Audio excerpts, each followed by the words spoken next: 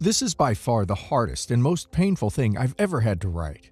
My entire world has fallen apart, and I feel like I've lost everything. I'm 43 male, completely broken, and I have no idea how to move forward from here.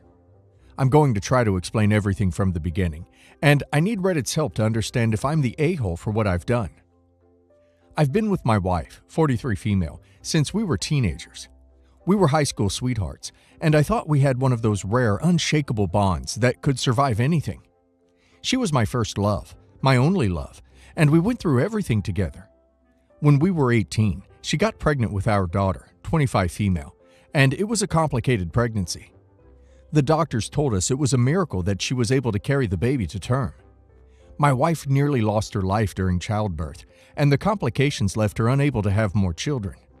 It was devastating at the time, but we were so grateful for our daughter that we decided to focus on raising her and making her our world.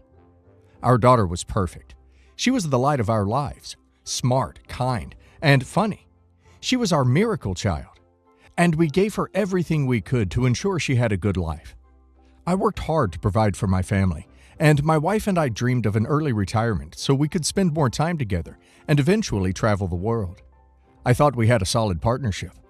Sure, like any long-term marriage, we had our ups and downs, but nothing that ever made me doubt her loyalty or love for me. At least that's what I thought. Then, in 2023, everything came crashing down. Over the last few months, I started noticing that my wife was acting strange. She was on her phone more than usual, going out with friends I had never heard of, and spending weekends away. At first, I didn't think too much of it. She said she needed some time to herself, and I trusted her. But as time went on, I started getting this sick feeling in my gut. I didn't want to believe she could be cheating on me, but the signs were there, and I couldn't ignore them. One day, while she was out, I made the decision to log into her Facebook account. I know it was an invasion of her privacy, and I hate that I did it, but my gut was telling me something was wrong. What I found confirmed my worst fears. There were dozens of messages between her and a man she had been seeing behind my back. The messages made it clear that the affair had been going on for a long time, at least a year, and they were explicit, far more than I ever wanted to see. I felt sick. My wife, the woman I had been with for over 2 decades, was cheating on me with this guy, and to make matters worse, he wasn't anything special. He wasn't charming or even attractive. He was just some guy with a lot of money. It felt like the ultimate betrayal. Not only was she unfaithful, but it seemed like she was selling our marriage for the chance at a better lifestyle with someone else. In my shock and rage, I called my daughter and asked her to come over to the house immediately. I didn't explain why, but I told her it was urgent. She arrived about an hour later, looking nervous and confused. At the time, I didn't understand why she was acting that way, but now, in hindsight, it all makes sense. When my daughter arrived, I confronted my wife. I told her I knew about the affair, and to my surprise, she didn't even try to deny it. She just sat there, emotionless, while I laid everything out on the table. The more I talked, the more detached she seemed. Finally, she looked at me and said, "Are you really surprised? You've been emotionally checked out for years." Her words hit me like a ton of bricks. She went on to say that I was always more focused on work and our financial goals than on her, that I hadn't been affectionate or intimate in a long time, and that she felt neglected. I was stunned. Yes, I had been working hard, but it was always for us. Everything I did was for our future together, for our retirement, so we could enjoy life once our daughter was settled. But she didn't see it that way. To her, I had failed as a husband. Before I could even process what she was saying, my daughter exploded. She started yelling at my wife, calling her a W, and telling her she had destroyed our family. For a moment, I was grateful for my daughter's loyalty. I thought, at least I still had her. At least she was on my side. But then my wife turned to my daughter, and her voice was ice cold. "You really want to talk about loyalty?" she spat. "Why don't you tell your father the truth?" I was confused. What truth? My wife looked me dead in the eye and said, "Your daughter has known about this affair for months. She didn't say anything because she's been taking money from him to keep quiet." I felt like the ground had been ripped out from under me. My own daughter, my miracle child, the person I had loved more than anything in the world, had known about the affair and said nothing. Worse, she's been accepting money from my wife's affair partner to stay silent. I looked at my daughter, hoping she would deny it, but she didn't. Instead, she burst into tears and started apologizing, saying she didn't know what to do, that she was caught in the middle, that she needed the money because she was struggling financially. But none of it mattered. The damage was done. My daughter, the one person I thought I could count on, had betrayed me just as deeply as my wife had. I couldn't take it anymore. I walked out of the house, got in my car, and drove. I didn't know where I was going. I just needed to get away. I eventually checked into a motel, and that's where I've been ever since. I've ignored every call and text from both my wife and my daughter. They've been bombarding me with apologies, excuses, explanations, but I don't want to hear any of it. I blocked them both on my phone. I don't want any contact with either of them. I feel like I've lost everything. The two people I love the most in the world, the people I would have done anything for, have destroyed me. And the worst part is, I don't even know if I can ever forgive them. My friends have been asking where I've been, and I haven't told them the full story yet. I'm too embarrassed, too heartbroken to admit what's happened. My parents are going to be devastated when they find out, and I'm dreading that conversation. I don't know how to explain any of this to them, or if I even want to. Right now, all I feel is anger and betrayal. I've spent my whole life working to provide for my family, sacrificing my own happiness for the sake of their future, and this is how they repay me. I don't know what to do next. Part of me wants to cut them off forever, to walk away and never look back. But another part of me wonders if I'm being too harsh. Should I at least hear them out? Should I try to mend things? Or is this betrayal too deep to ever come back from? So, Reddit. Am I the a-hole for walking away from my wife and daughter and cutting them out of my life? Should I give them a chance to explain? Or am I justified in never wanting to see them again? OP's wife's betrayal is bad enough, but daughter's involvement makes it even worse. Taking money to stay quiet? That's next-level betrayal. OP has every right to cut them off. They've shown their true colors, and they don't deserve OP's forgiveness. Not the a-hole. Your wife and daughter betrayed you in ways that are unimaginable. I can't believe your daughter, someone you raised and cherished, would do this to you.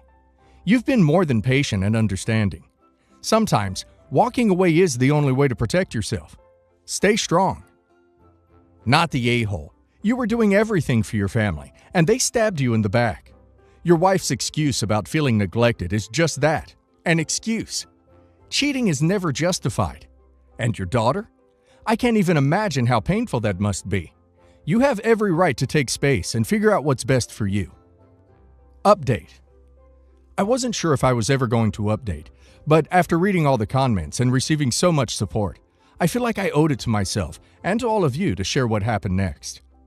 After I made the decision to block both my wife and daughter, I spent a lot of time reflecting on everything that had happened. The betrayal, the lies, the emotional manipulation. It all weighed heavily on me. For weeks, I stayed in that motel, avoiding calls, texts, and even social media. I had no interest in hearing more apologies or excuses. I needed space. I needed time to figure out how to move forward without them in my life. Then, about 2 weeks after I left, I got a message from one of our mutual friends. She said my wife and daughter were desperate to speak to me. At first, I ignored the message, but as time went on, I realized I needed closure.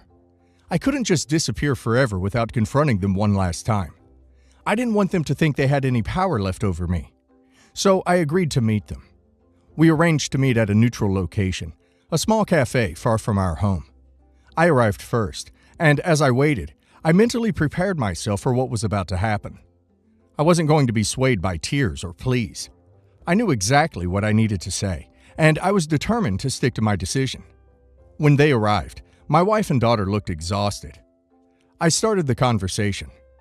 I didn't come here to forgive you. I came here to make things clear.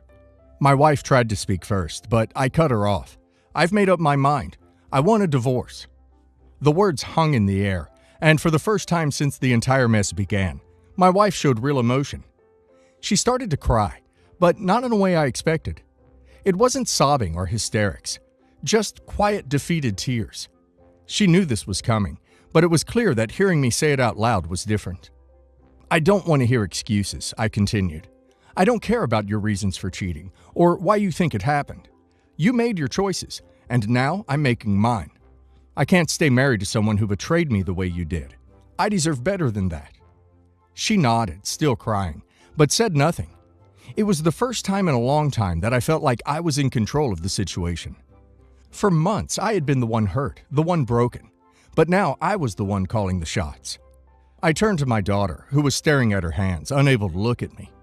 "As for you," I said, my voice shaking with anger and heartbreak, "I can't believe you did this. You were my miracle, my everything. And you knew about the affair? You didn't just keep quiet. You accepted money to stay silent. You betrayed me too." She started crying harder, trying to apologize again. "Dad, I'm so sorry. I didn't know what to do. I needed the money, and I didn't want to lose Mom." "I don't care about your excuses," I interrupted. "You were old enough to know better. You knew what you were doing was wrong, and you still chose to keep it a secret. You chose to protect her affair and take money from that man. I can't look at you the same way anymore." My daughter sobbed openly at this point, and it broke my heart to see her like that. But I reminded myself that this pain was something she had caused. She had made her bed, and now she had to lie in it. "I've made another decision," I continued. "I'm cutting you out of my will." Her sobbing stopped, and she looked up at me in shock. "What? Dad, no! Please don't do this! I'm your daughter!" "You were my daughter," I said coldly. "I loved you more than anything in the world, but you've shown me that I can't trust you. You betrayed me for money, and now you can rely on your mother's lover for whatever financial support you need." She tried to protest, saying that she was sorry, that she didn't mean for any of this to happen. But I wasn't having it. I had given her everything, and she had thrown it all away. "As far as I'm concerned," I told her, "you've made your choice. You chose money over me, and now you'll have to live with that decision. From now on, you're on your own. Don't expect anything from me, not now and not in the future." At this point, my wife, who had been crying quietly, tried to jump in. "Please, don't punish her for my mistakes. She's still young." I turned to her. "This isn't about your affair. This is about trust, loyalty, and respect. Neither of you respected me enough to tell the truth, and now I'm done with both of you." There was nothing more to say after that. I stood up, paid for my coffee, and walked out. As I left, I could hear my daughter calling after me, but I didn't turn around. I kept walking, and for the first time in months, I felt a strange sense of peace. It's been a couple of weeks since that meeting, and I haven't heard from either of them since. I'm in the process of filing for divorce, and I've started making arrangements to change my will. I've spoken to my lawyer, and everything will be finalized soon. As for my daughter, I'm sure she's devastated, but I don't feel any sympathy. She made her choices, and now she has to live with them. I know some people might think I'm being too harsh, but after everything I've been through, I don't think I owe them anything anymore. My wife and daughter destroyed my trust, and I don't see a way to rebuild that. I'm moving on with my life, and I'm finally starting to feel free. A little background. I live in Central Europe. My mom is a native, while my dad is Indian. I was born and raised in my mom's country, but my dad made sure I went to India every other year for a couple of weeks at least. I'm not close to my relatives on my dad's side because I find them too nosy, but had to keep in touch because family. Now, when I'll be saying cousin, aunt, etc., I'll always be talking about my dad's family. I recently moved to the capital because of more lucrative job opportunities. Turns out my cousin's husband lives here. Yay! And my cousin and her twin toddlers will soon be coming here from India. The problem: my cousin's husband shares his flat with 3 other men, and this way he saves a lot of money and he can send it back home. He said he'll get a promotion in some months, but right now he can't afford to pay 100% of the rent on his own and still be able to send money to his family back home. Now, since I live in the same city, my cousin, her husband, and their entire family expect me to let my cousin and her children live with me from mid-November till early March, and they had already made their plans with this assumption in mind. I had no intention of letting my cousin and her kids live with me, so I told them that my rent is quite high, and I don't think my cousin's husband will be able to pay me half of it, plus eventual bills every month, and that they'd be better off getting a small apartment of their own. Guess what? My aunt had the nerves of telling me, "Family Kiska Leyi Hadi Hai." I probably butchered the spelling and pronunciation, but it means, That's what family is for. So now I'm supposed to let my cousin, plus her 2 kids, I'm not a fan of kids, live with me for free, and I am the one who will have to cover their bills, groceries, etc., till her husband gets his promotion. I find this extremely unfair. Why am I supposed to lose my money and my independence for someone else? I told my aunt that this won't be possible, and she again tried to guilt trip me with the whole blood is thicker than water dialogues and so on. I have to admit that I did lose my temper and told them off, and my aunt had the gall to say that with this attitude, no one would want me as their daughter-in-law. She hasn't called me since that day, but now they got my dad to do their bidding. I love my dad, but he's a doormat when it comes to his siblings and can't say no to them. He's telling me how it's just a matter of a few months and that it's good to help family, etc. My job is already exhausting, and with all this extra stress, I feel like I'm going crazy. Stand your ground. Do not be guilted or manipulated into agreeing to this. Just because they are related to you does not mean you are obligated to not only house them, but also pay for all their crap, and they are certainly not entitled to that. If your dad wants to help them out so bad, he can rent them an apartment himself and cover their bills, but it's not your problem. Also, not that it matters, but her comment about how nobody would want you as their daughter-in-law is just laughable. Nope. Stop talking to these a-holes. They're moochers, and they wouldn't do the same thing for you either. They'd just whine about you every dang time and make you feel as unwanted as possible, while telling everyone how gracious they are. You know, the same attitude you should be having, except Central European culture doesn't give as much a crap about your family and the reputations. Tell your dad you'll talk to him in March when he has things figured out for his family. You're not part of any arrangement. By the way, do inform your neighbors and landlord that if someone comes to ask to be let in, you haven't given permission. The long-lost family story can be endearing, especially if kids are involved. I've been with Katie for almost 2 years now. She's everything I could possibly want in a girlfriend. I was planning on proposing later this summer to her, but now I'm just not sure.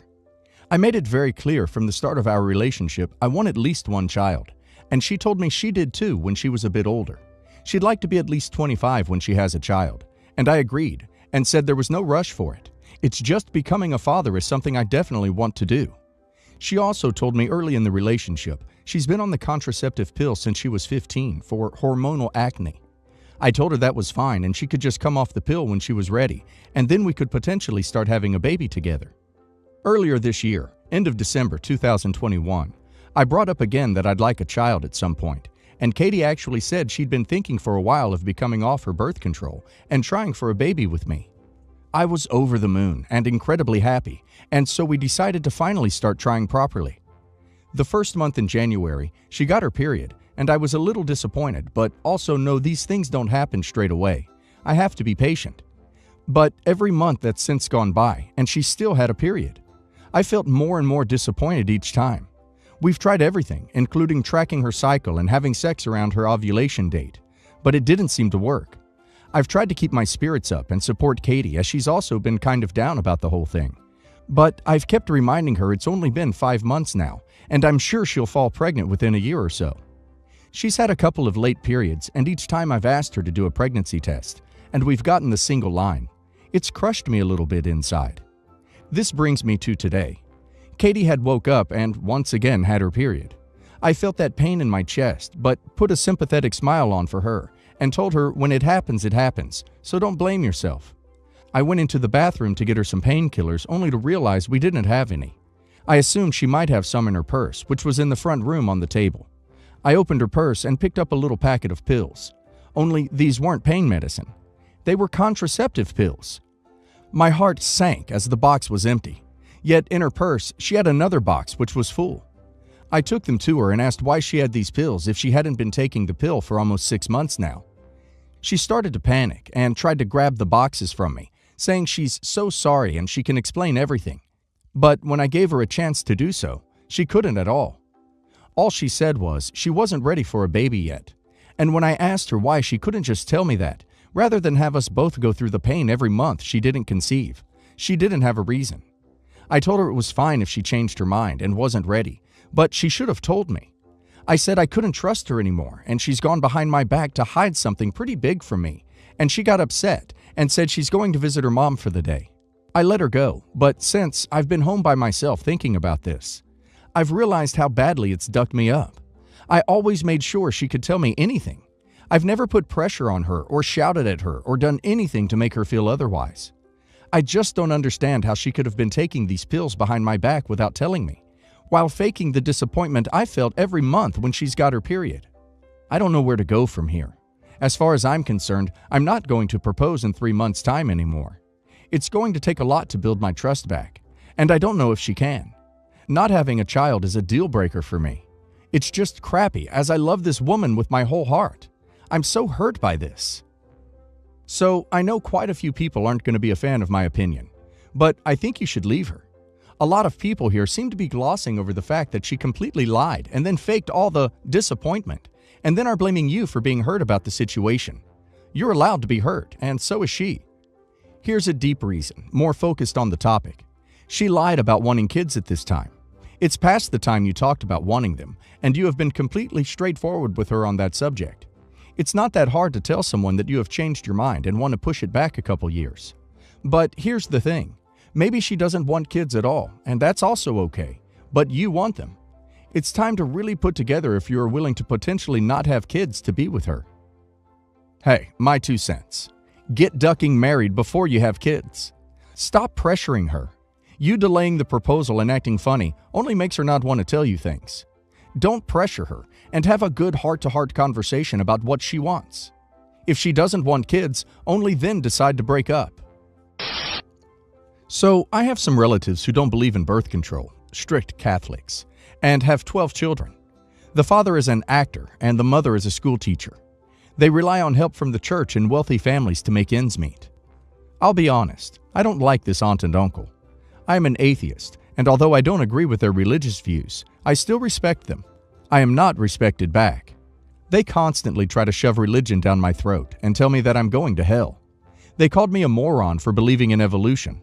Furthermore, they have a holier-than-thou attitude, even though they are and extremely homophobic.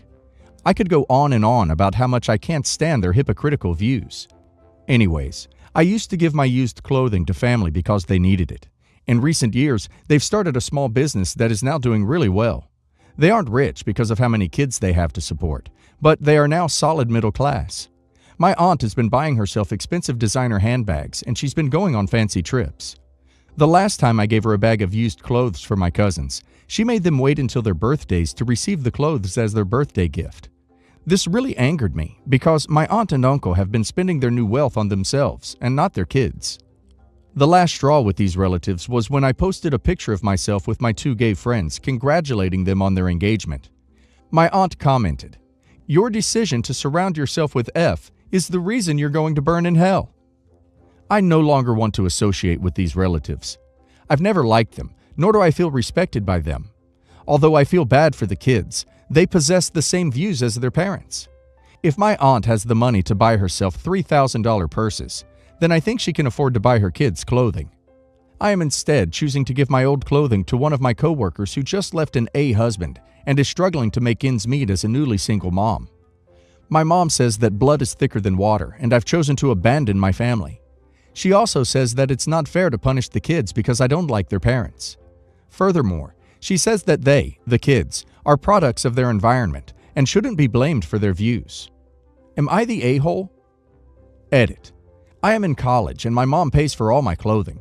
I work part-time to help with rent. She doesn't know my coworker. She wants me to give my clothing to my aunt, her sister.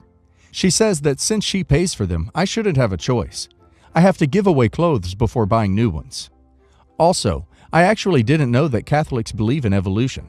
I assume they didn't because the only ones I've talked to about it are my aunt and uncle.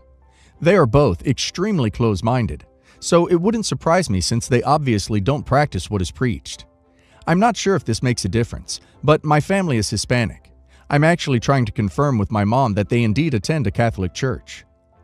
Edit number 2. For people asking about what the kids are like, they aren't as bad as their parents. They are and are very friendly. However, they are still against same-sex marriage and have very patriarchal views. This is what my mom is referring to when she said that they are products of their environment. They're happy and healthy, but kind of weird. I mean this in the sense that they all act way younger than they are. For example, The ones closer to my age, 20s, will laugh and freak out if you say the word S or P. They've grown up in a bubble, and it's not surprising. Final update. I have decided to stand my ground and give the clothing to my coworker. I do feel bad for the children and will try to reach out and explain to them why they will no longer be receiving stuff from me.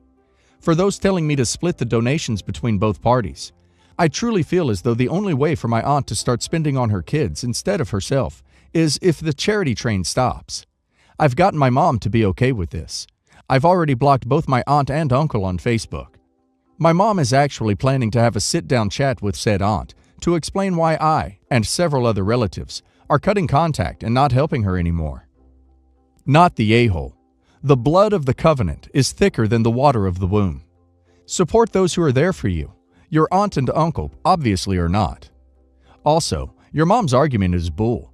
She might have bought the clothes, but they are yours. It's not like she is loaning them out to you or something. Not the a-hole. I get it. You don't want to punish the kids, but you aren't the one punishing the children. Their parents are. There comes a time in everyone's life where they have to distinguish themselves as an individual, separate from their families, and that doesn't always jive well. You also don't know if maybe one of those kids will turn out to be gay or non-binary or trans, and while they have their parents' beliefs now, they won't always. They might need you as an ally eventually. I come from a family who all worked their way up through apprenticeships to full-time work. They all had jobs with hard and physical labor, often working over 45+ hours a week. I'm the black sheep of the family because I was the only one, out of cousins, aunties, siblings, parents, etc., to attend university. I was ridiculed through most of it. I heard the usual spiel about working your way up through a company and how a degree doesn't earn you skill. I busted my butt off at university, and I'm glad that I did. I am acclaimed in my unit of study and have had many studio offers made before I have even finished my degree. For context, I work in graphic design, programming, animation, development, etc. I'm seen as someone who just sits on a chair all day. Today, I got my first industry job. I worked freelance, and it is amazing. I love it there. I wanted my family to be proud, but they're all disowning and alienating me for sitting in an office all day with better hourly rates than they have after years in the trade. I feel terrible. I was really proud of myself and my portfolio. I've put endless hours and hard work into building my career, and I just feel completely shot down. I don't know how to approach my family about this, or if I should even bother. I was really proud of myself and my portfolio. And you should be. Don't let them tear you down from jealousy. But also, don't think that you can change them. Live for you and those who support your success. Those who don't support your success will only cause problems. They're jealous and are trying to pull you down. You earned what you have through hard work and skill in a very competitive field. Resenting someone for having something, not even because you want it for yourself, but simply because you don't want them to have it, is the most petty form of jealousy there is.